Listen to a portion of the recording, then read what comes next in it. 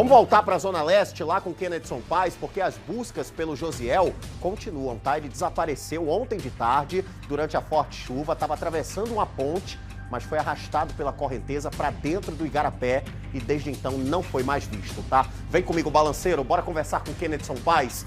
Oi, Kennedson, tô contigo, meu amigo.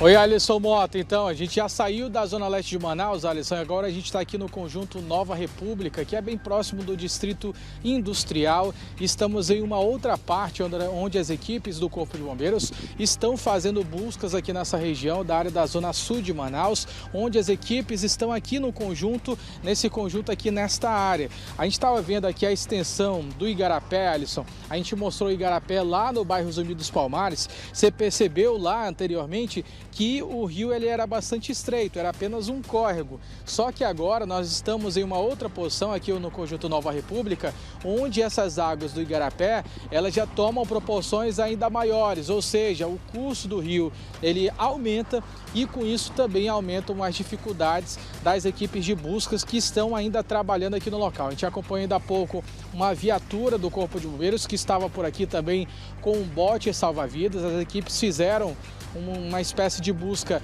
pela área de mata aqui nessa região, devido ao nível da água ter subido bastante. Também foram realizadas buscas nessas áreas de mata aqui no local, no entanto, nenhum sinal sobre onde esteja ainda o Josias Paes Feitosa, de 36 anos. As buscas permanecem sendo intensas aqui na região. Existem equipes do Corpo de Bombeiros divididas em vários pontos aqui na extensão desse igarapé. Inclusive, existe a possibilidade de que esta vítima, pelo menos o corpo dela, é muito provável que a vítima tenha morrido devido à grande quantidade de água por aqui.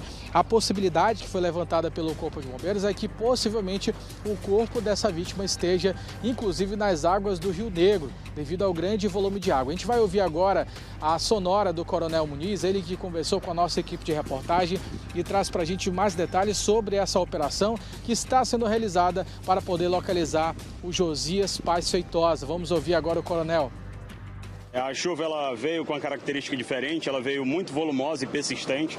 Estávamos monitorando todos os nossos igarapés e percebemos que alguns deles atingiram inclusive a cota de transbordamento.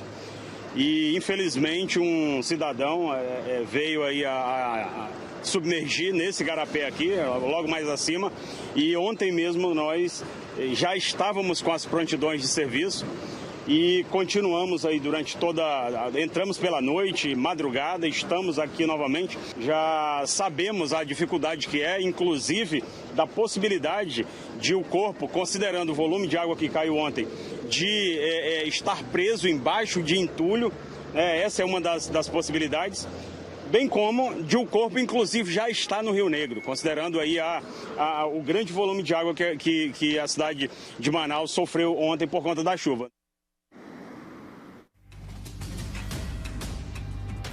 Informações divulgadas pelo coronel, comandante do Corpo de Bombeiros, Coronel Muniz, ele que está à frente desta operação e tem acompanhado de forma presencial tudo que está acontecendo nas ruas aqui da nossa cidade, tudo que está acontecendo em Manaus, né, devido a essas ocorrências de chuvas que aconteceram ao longo de ontem, também hoje pela manhã. Algumas pessoas inclusive estavam nervosas com a situação devido a essa possibilidade novamente de ter chuvas. Inclusive a gente foi lá no bairro Zumbi dos Palmares, os moradores também estavam preocupados com o que tinha acontecido e estavam também temendo novamente eles passarem por uma situação semelhante como já tinha acontecido ao longo de ontem. Eu estou agora aqui pegando o número de ocorrências que aconteceram ontem. Por exemplo, o Corpo de Bombeiros informou que ao longo do dia de ontem recebeu 150 chamadas, gente. Olha só, 150 chamadas de ocorrência de chuvas relacionadas ali a desastres envolvendo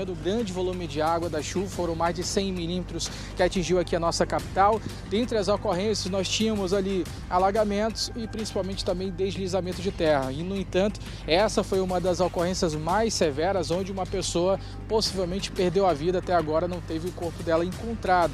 A gente também tem aqui que pelo menos 40 militares estão atuando de forma bastante coordenada, que as equipes trocaram ali o plantão. Quem estava ontem já está descansando hoje, mas novas equipes entraram para o plantão e estão trabalhando aqui para poderem realizar esse trabalho que está sendo muito complexo e de uma dificuldade muito grande por aqui.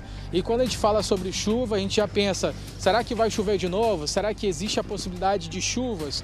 E é exatamente isso que a gente buscou de informações da nossa meteorologista Andréa Nascimento, ela que traz para a gente mais detalhes sobre as possibilidades. O que tem de previsão em relação ao tempo aqui em nossa capital? Vamos ouvir agora a meteorologista. Ainda vai persistir essas chuvas aí em Manaus. Estamos no mês de março, ainda está naquela quadra que é caracterizada como período mais chuvoso.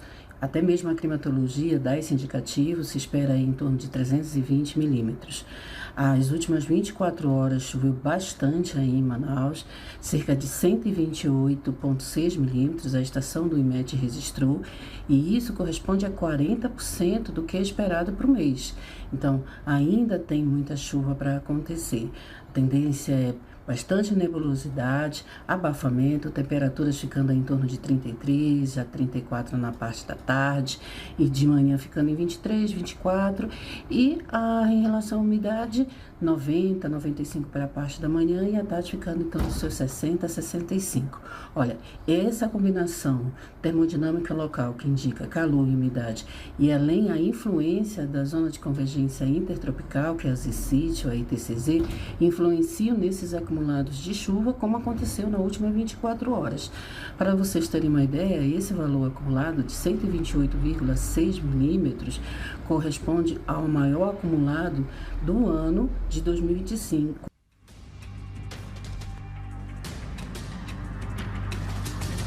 Então são essas as últimas informações a respeito do tempo, do clima também aqui em Manaus. O tempo está bastante nublado, no entanto, a gente está com um clima bastante quente e é um clima exatamente propício para que essas buscas sejam realizadas.